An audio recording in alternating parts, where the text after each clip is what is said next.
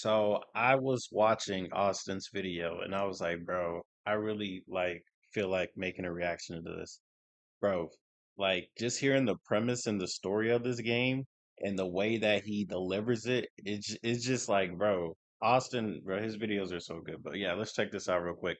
It's one of those more deeper videos, by the way. So if you're into like the hee hee ha ha, this ain't the right video, but I'll be coming with a banger video in a little bit, bro. But this is, bro, this is something to make you think for real, for real. A handful of the For NPCs real, for actually have a real. It's series of kind of quests to go crazy. along with them. There's Kaya, the current owner of Sister's Junk, currently without sister. You can guess what that's gonna be. There's Sue and Inya, who frequent the bar The Last Gulp. This questline is actually really interesting. It follows a severely damaged android who's hooked up to a machine, and over a series of quests with Sue, he had gradually put her back together. She's got this whole well-written story where she's trying to recover some of her memories, especially of the lyrics to the song that she sings in the pub. Outside of Zion, you come across a little robuddy named Digger living in a scrapyard in the wasteland, just going through the old-fashioned who am I shtick. He's got a series of quests where he'll want to pull off his fantabulous plan where he'll eventually move into Zion. There's Barry, the chef NPC, who studies the art of cooking for no reason other than the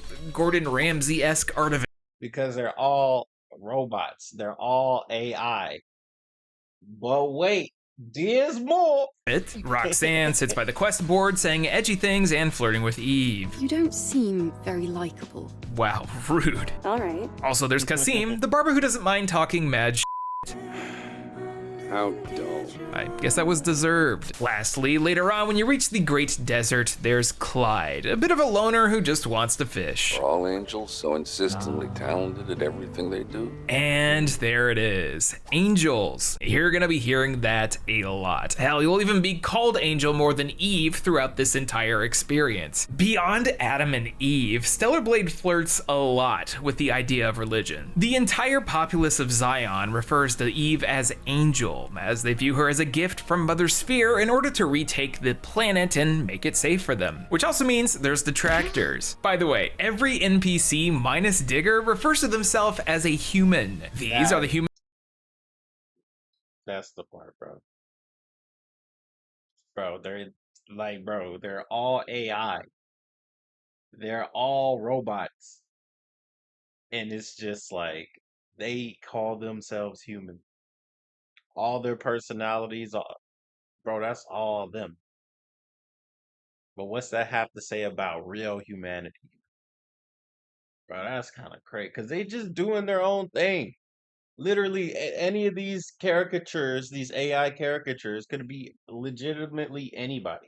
Some dude that's just fishing, living life, bro. Bro, every that's crazy. NPC minus Digger It's so crazy because I never thought I'd see a game really even think about tackling something like this. refers to themselves as It's a crazy. human. These are the humans that are fighting and waiting for Earth's liberation. Yet whenever someone dies, you retrieve their memory stick that'll, well, have Their those memory memories stick. and usually last words. Their last words, bro. You don't ever think what's your last words before you, bro. That's crazy. Anytime you What's the last thing, bro? I ain't gonna lie. For the longest, I always thought my last words were gonna be like, "Oh shit, oh shit," and then whatever it is, get me, teeter bro. For around real, for death real. or pick up a body core, a character might say, may your memories live on forever. So there's That's a deep. clear thing Shift Up That wanted to is establish deep. with humanizing these very robotic people. I honestly would love to see something like that. Some way to preserve, like, if you want to, right? Kind of like how people have the ability to be organ donors after they pass away. You know, give me something like share whatever my last moments were so people can get a glimpse of what it's like. Because everybody wants to know what happens after we die.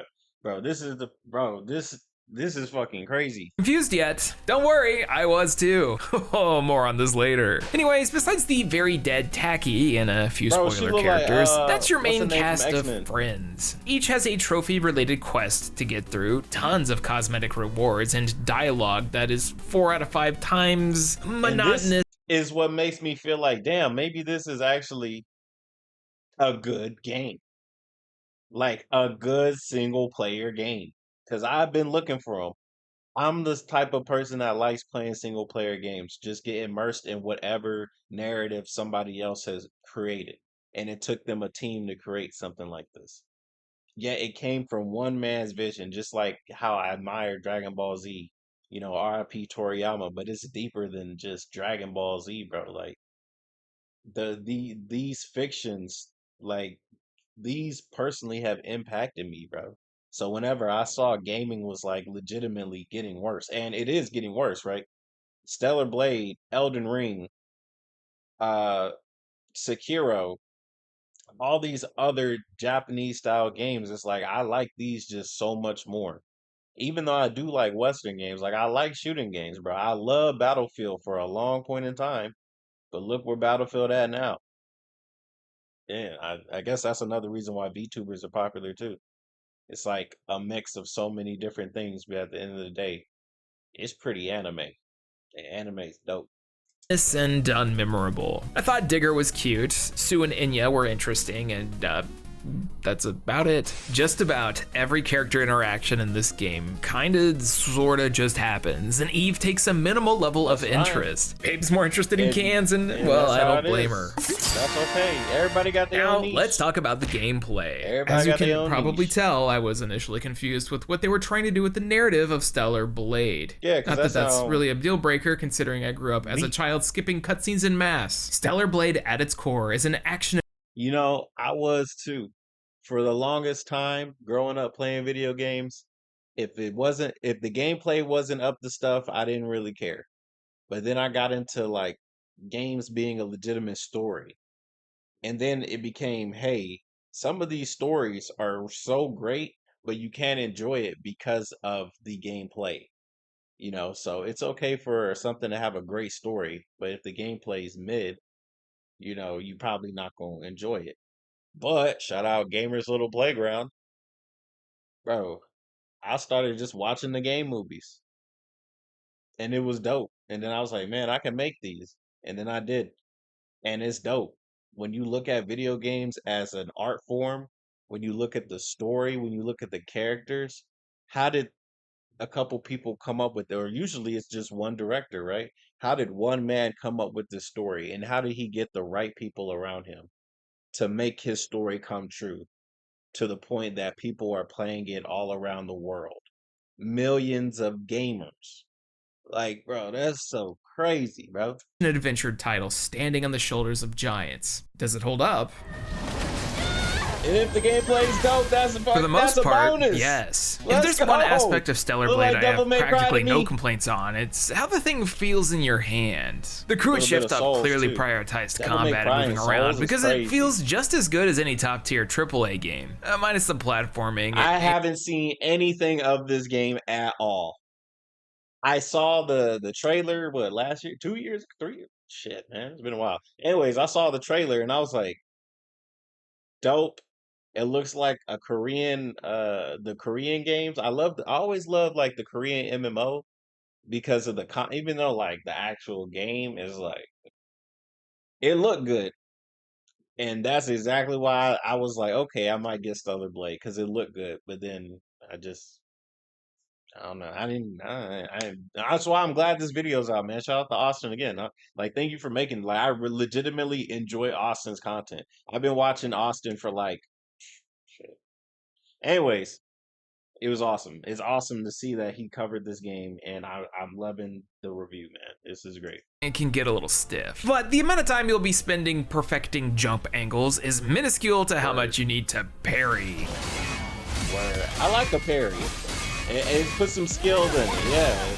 It's a kind of challenging game. Eve feels familiar right out of the gate. Her moveset hits that middle ground, and any Souls or Spectacle action fan should be right at home. You can lock onto enemies, flick between them, use iframes to dodge to the sides, and try to pull off parries. You've got a shield meter on the bottom left that'll deplete anytime you get hit while blocking, but a perfect parry will allow you to deflect, stagger, and get in for your own combos. A very standard action game setup. The big part are the skills. You've got skills for additional combos, combos, skills to unlock branching combos from parries and perfect dodges, as well as the usage of burst and beta abilities. Yeah, that's right, we got the beta tree, with 4 different upgradable beta skills, all which consume beta energy. The jokes write themselves. Beta energy can be gained by parrying or hitting dudes in combat, or with special equipment that you find laying around. And you'll be finding stuff all over the place. Stellar Blade is dense. There's chests, special crates, items in the ground, cans, costume blueprints, and boxes. If you use your near-esque environment scan ability, anything you can interact with appears yellow. And you're hard-pressed to not find something. It's like Data logs, body and beta cores, weird environment. You know what? That's what it is. This is like a Metal Gear Rising if it wasn't rules of nature, like all that crazy. If it wasn't any of that, it'd probably be Stellar Blade, bro. Because this is like a close second, bro. And if it was open world too, they should do a. Should they do an open world Devil May Cry? Yes or no? Let me know in the comment section below. Mental storytelling, all of which gives you experience points for finding. That XP turns into skills, and by the end of it, you've maxed out your beta tree and you're ready to do some big attacks. So essentially, the game becomes dodge and parry, get your hits in, save up for a big burst or beta attack. Enemies don't necessarily have a stagger meter, but any bosses you encounter have an entirely separate bar for shields, which you want to break down in order to really get some damage in. Oh, and don't forget the QTE. At this point, I'm just oh, hell no. Oh my God. We brought back QTEs. Oh my God. Please don't tell me it's one of those where it's like, damn, this is getting pretty good. Let me put the controller down and look at it. Bro, I hate that shit, man. I thought we left those back in the PS3 era, man. No, don't bring this shit back. You might be thinking about the drone gun and how that factors in, and well, that's probably the weakest part of combat. The drone gradually unlocks different bullet types. There's a standard pistol, a shotgun, homing rockets, and even a charging laser. When you're in the heat of battle, especially with a boss, you might think you don't have time to whip these out. But actually, a vast majority of bosses. Yeah, this game is basically, do you want this to be a third-person shooter with sword combat? Or do you want to play Dark Souls with guns? Which one do you want to play? Honestly, I like that. I like that we all got those moments where we think we the last samurai. We some badass noble hero, and we the last one to defend the clan or some shit, right? And you want to go in there with your blade and fucking just close your eyes and sheath that shit, and then they slice up into a billion jillion pieces. And then we got other people where they like, here's the gun. That's it. The game over. We don't need to do no extra fancy shit. We don't have to have that Indiana Jones scene. Well, we could have the Indiana Jones scene. Which one is it? You know what I'm saying? So I like that. Whenever I'm like, man, fuck this, I'll probably be like, bam, bam, thank you, man. You feel me? Bosses get briefly stunned with each blast, meaning I guess I was fine to conserve my ammo to the last 3/4 of a health bar, knock the shields down, and spam bullets till I won. This happened multiple times. I almost felt like the guns made combat a little too easy, but we can probably just consider that a reward for being a good gamer. Speaking of, not all bosses are made equal. For some reason, while most of them I could take down within 3 attempts, there was one that decided to whip my ass up and down the street for a solid hour. You get a little mini quest where you have to retrieve some cargo that got lost in the sauce, and upon reaching the destination, there's a bunch of dead bodies and memory sticks, all of which are screaming and very dead. Then a revamped version of the first major boss, the Gigas, comes down and beats the crap out of you. I don't know if it was his erratic jumping patterns, but throughout the entire experience, until the end, nothing came close to this difficulty-wise. Or maybe it was just 3 in the morning and I was sleepy. I don't know. My Eve looks good in death at least. Beyond just dodging into counters, you've also got forward and backwards dodging mechanics that'll occur. A blue flash around the enemy means you can get a special counter. It's a good game, bro. If he was literally, well, then again, it's a YouTube video, so maybe he was a bit of crunch and work, but it sounds like a great game, honestly. At this point, I like, You could almost complain about anything, and I'll probably still be like, yeah, I'm gonna get it when it's on sale though. for dodging I'm a towards sell them, buyer. I and do not purple buy full means you price. dodge backwards into a stronger Oh, wait. repulse attack that'll usually stun. Getting the timing of these down can be tough, but when you pull off a big beta combo right after a stun lock where maybe the armor also shatters, it feels good. Dopamine off the charts, video games are being played, but that's not all. Various random minigames that occur a single time, check. New attack burst forms, check. Crafting, check. Well, Lily does it anyway, younger sister Chan and whatnot. Look, basically what I'm saying is Stellar Blade There's is a lot a in fully this game. featured one of these, and There's it's a hard lot, not to have yeah. fun while playing it. And that's not even touching a It New looks Game cool, Plus, too. which we'll get into Let's later. go. Which brings me to I the love New Game world of Plus. Stellar Blade. Combat and slapping dudes around is one thing, but this ain't Dynasty Warriors. We've got variety. Blade's divided into a few types of action zones. You've got the regular Soulsy bits like Ido 7, and then immediately after leaving Zion, you're brought into the Wasteland, a big deserty map filled with all sorts of desecration. And that's the one thing. That's when I was like, should they make Devil May Cry open world? It's like, yeah, but then you get some of these where it ain't a lot to do. It's just a big open whatever. Maybe for E3, or maybe it's just there because why not? Right? You want to be kind of realistic when you're making a world, but it's like, if it's like, for me, the limit is like 60%, bro. If it's 60% nothing, I don't like it.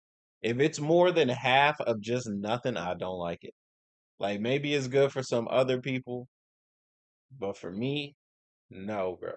Like, give me something where I could just like, man, this is really nice. Maybe I could just like walk around or jog around, but before I even get tired of jogging, I got a enemy encounter or something. But I'm yapping. Let's continue.